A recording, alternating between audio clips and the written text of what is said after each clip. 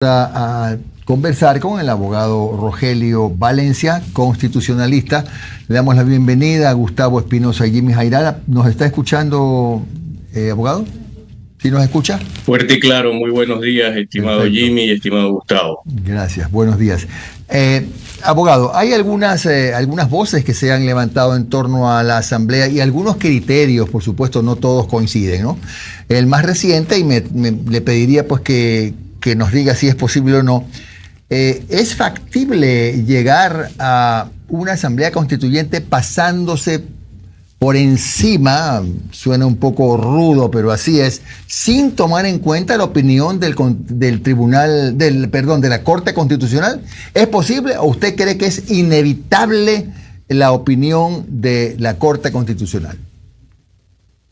Mi estimado Jimmy, y un saludo fraterno también para todos los radioescuchas y cibernautas, es definitivamente insalvable el hecho de que se tiene que respetar y agotar la fase que corresponde a la Corte Constitucional. ¿Por qué? Porque cuando la mayoría de la población ecuatoriana aprobó en referéndum esta Constitución que está vigente desde el 20 de octubre del 2008, aceptó condiciones de un cambio de paradigma constitucional que en el Ecuador no había existido sino a partir de la vigencia de esta Constitución. Eso es el imperio de los derechos, lo que se conoce como el neoconstitucionalismo y otro tipo de nombres que le da la doctrina. Pero en lo que es aterrizar la dinámica de este tipo de Estado constitucional y de derechos, es que existe un órgano de control constitucional, un órgano de cierre del sistema, un órgano que va delineando el comportamiento que tiene lógicamente la institucionalidad dentro de esa Constitución. Entonces, resulta que los procesos tanto de enmienda como de reforma e inclusive en el caso concreto de la Asamblea Constituyente son parte del texto constitucional y por supuesto, como el artículo 444 delinea con claridad meridiana cómo debe llevarse el proceso para aterrizar en una Asamblea Constituyente, tiene que pasar por la Corte Constitucional. Ahora, este paradigma no solamente se queda en el articulado de la Constitución o disposiciones transitorias, régimen de transición, disposición general, etcétera. También entran desde el 20 de octubre del 2008 hasta nuestros días todas esas sentencias y dictámenes que de alguna u otra manera ha ido construyendo, ha ido emitiendo la Corte Constitucional y que de alguna u otra forma le dan complemento y vida jurídica porque se convierten esos precedentes constitucionales en norma jurídica constitucional a regirse por esas líneas. Hablamos de dictámenes que vienen desde el 2018, 19, 21, 22, 23 y 24, incluso el más reciente, que es el que hace poco se publicó, porque dice que es emitido el primero o mejor expresado, ya prácticamente votado por unanimidad el 1 de mayo del 2025, publicado el reciente viernes anterior, que corresponde al número 10-24-RC/25, que se refiere definitivamente a desechar una propuesta de la Corporación de Docentes e Investigadores del Ecuador respecto a una Asamblea Constituyente, pero explicando con claridad que no solamente que se tiene que pasar por la Corte Constitucional, sino que se tienen que cumplir requisitos fundamentales que no se pueden obviar, no solamente en el hecho de la redacción de la pregunta y el estatuto propiamente dicho, sino en su contenido, incluso en justificar las razones. Ya, abogado. Bueno, pero no sé si en ese dictamen se establezca la obligatoriedad de que el proceso sea, bueno, que los constituyentes sean producto de una votación popular. Pero la pregunta es, si es que el Ejecutivo, supongamos, plantea una asamblea funcional, pero que a la vez hay que votarla en las urnas, ¿esto es posible o usted cree que es imposible una asamblea funcional a pesar de que se la vote en las urnas? Si no se cumplen los tres procesos, mi estimado Jimmy, eso va a ser una cuestión que irrumpe el poder constituyente que tenemos actualmente y que va a determinar o derivar en un poder constituyente, lógicamente, que viene del poder constituido. Me explico mejor. No es posible que se irrumpa algo que ya está determinado en una constitución que fue aprobada en referéndum y que lógicamente va a dar como resultado que se abra una posibilidad de una constituyente para reemplazar una constitución. Claro. ¿Qué significa esto? No se puede coger y decir, ¿sabe qué? Lo que pasa es que yo voy a aplicar el paso 1 y de ahí me paso o me salto al paso 3, o simplemente cojo el paso 2 y me salto al paso 3, o definitivamente cojo y hago solo el paso 3. No, esto es una estructura de 3 procesos, porque el artículo, y la Corte ya lo ha expresado con claridad, habla de procesos electorales y sobre todo cuando hay que elegir a los integrantes de esa Asamblea Constituyente. Un proceso electoral, conocemos que no es solamente la elección o el escrutinio. El proceso electoral arranca con una convocatoria y termina cuando se entregan las credenciales de las personas que se van a posesionar y que han ganado las elecciones. Entonces hay que tener mucho cuidado en este tema de no expresar cierta posibilidad que terminan siendo ligerezas e irrumpiendo la naturaleza propia de lo que ya está establecido, y que, si bien es cierto, podemos discutir que una asamblea constituyente, por más que la Corte Constitucional lo haya determinado y haya trata de blindar de que no sea de plenos poderes, pudiera, por la historia en el Ecuador de lo que ha sucedido, tener esos plenos poderes. Eso es discutible, pero lo cierto es que el camino para llegar a la Asamblea Constituyente, es decir, ese poder constituyente derivado, porque también podemos discutir eso, la mayoría lo que quiere decir es que es poder constituyente originario, pero no estamos ni en una destrucción del Estado, no estamos nosotros adhiriéndonos a otro Estado no nos está absorbiendo, ni tampoco estamos desapareciendo como Estado para hablar de poder constituyente originario. Tendríamos que hablar, como doctrinariamente se lo manifiesta y se lo conoce, poder constituyente derivado. ¿Derivado de qué? Derivado del poder constituido. Y en este caso está claramente establecido aquello.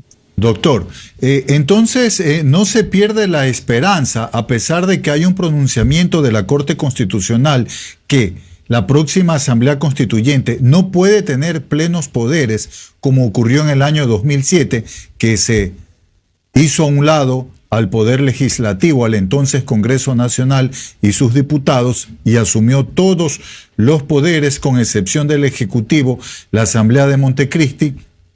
Cabría la posibilidad que, una vez de haber cumplido con todo el proceso previo y haber recibido las credenciales e instalado en una Asamblea Constituyente, esta tome plenos poderes, también con excepción del Poder Ejecutivo. Dios mío.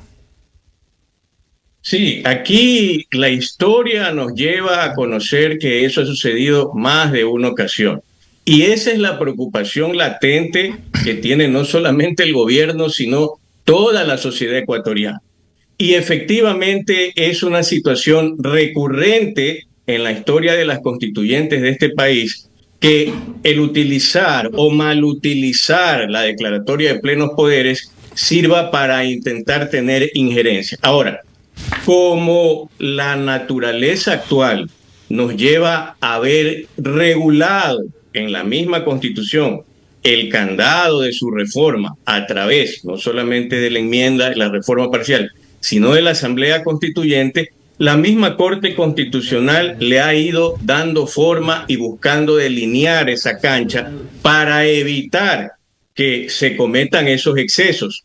¿Por qué? Porque esos excesos llevan a mayor incertidumbres en las cuales ya sucedió el mismo 2007, desde el presidente de la República y los demás funcionarios poniendo a disposición su cargo para que los ratifique la Asamblea Constituyente legislando en temas de mandatos constituyentes, etcétera, etcétera. Cuando la Asamblea Constituyente, su naturaleza es redactar, dedicarse a trabajar, a deliberar, a discutir y a aprobar los textos de un nuevo proyecto de constitución, porque no tampoco es que ya la Asamblea Constituyente termina su trabajo e inmediatamente esto se convierte en constitución, sino que eso tiene que pasar por un referéndum. Eso ya lo decide el pueblo. Tiene que pasar por un referéndum. En todo caso, los ecuatorianos estamos ávidos de tener normas que permitan combatir los niveles de inseguridad y todo lo que venimos tratando en estos días. Mire cómo sucede que van patrullas a desbaratar minería ilegal, puntos de extracción de oro que son ilegales y que han deforestado la Amazonía ecuatoriana, y mire cómo son recibidos.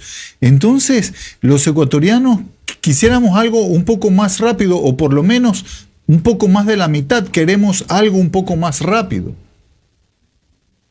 Sí, mi estimado Gustavo, es el sentir, y en eso complemento parte de la respuesta que le había dado a Jimmy cuando él empezó indicando que a pesar de que hay muchas opiniones encontradas respecto a este tema, hay una que todos los ecuatorianos tenemos definitivamente coincidencia, es que hay que reformar esta Constitución. Es más, en su mayoría todos los analistas o personas a las cuales de alguna u otra manera se les ha escuchado esgrimir una opinión, muchos empiezan o terminan diciendo que sí están de acuerdo con una asamblea constituyente, que muchas veces dicen, no, probablemente no es el tiempo adecuado. Otros dicen las reglas del juego son demasiado abiertas, etcétera, etcétera. Pero lo cierto es que necesitamos un cambio.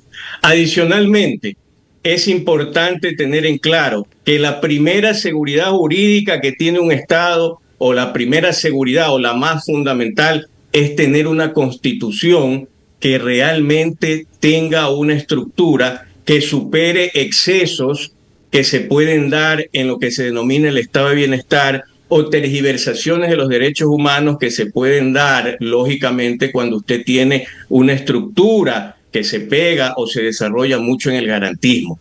Entonces, ahí es donde hay que hacer énfasis en la parte dogmática de la Constitución y no buscar prácticamente, como se ha pretendido decir, el escándalo de regresión de derechos. No, hay que cuidar ese desarrollo de derechos para que no se excedan y generen distorsiones, lógicamente con mucha pena, y por supuesto siendo solidario y dando el sentido pésame a todas las familias de estos militares que cumplían su labor. Este es el precio que se ha tenido que venir, o se tiene de alguna manera brutalmente que aceptar en la Constitución que tenemos vigente, porque existen una serie de cuestiones que no han podido ser cambiadas ni con enmienda ni con reforma parcial. Ahora, el proceso no es que es inmediato, el proceso lleva su tiempo porque son 3, valga la redundancia aquí de la palabra, procesos electorales que hay que llevar, porque el primero es el de la consulta con el estatuto fundamental, donde tiene que estar bien marcado, con punto, coma y tilde, cada una de las reglas que se tienen que llevar, no solamente para acceder o ser miembro o quienes puedan estar en la Asamblea Nacional Constituyente, porque así se va a denominar, lo más seguro, Asamblea Nacional Constituyente. Esa constituyente va a tener que funcionar con procedimiento parlamentario. De este tema se ha hablado muy poco y la Corte ya lo ha expresado. De ahí usted tiene el segundo proceso electoral, que es efectivamente elegir a los miembros de esa Asamblea Constituyente, y posteriormente el texto, que será el proyecto constitucional, será aprobado en referéndum.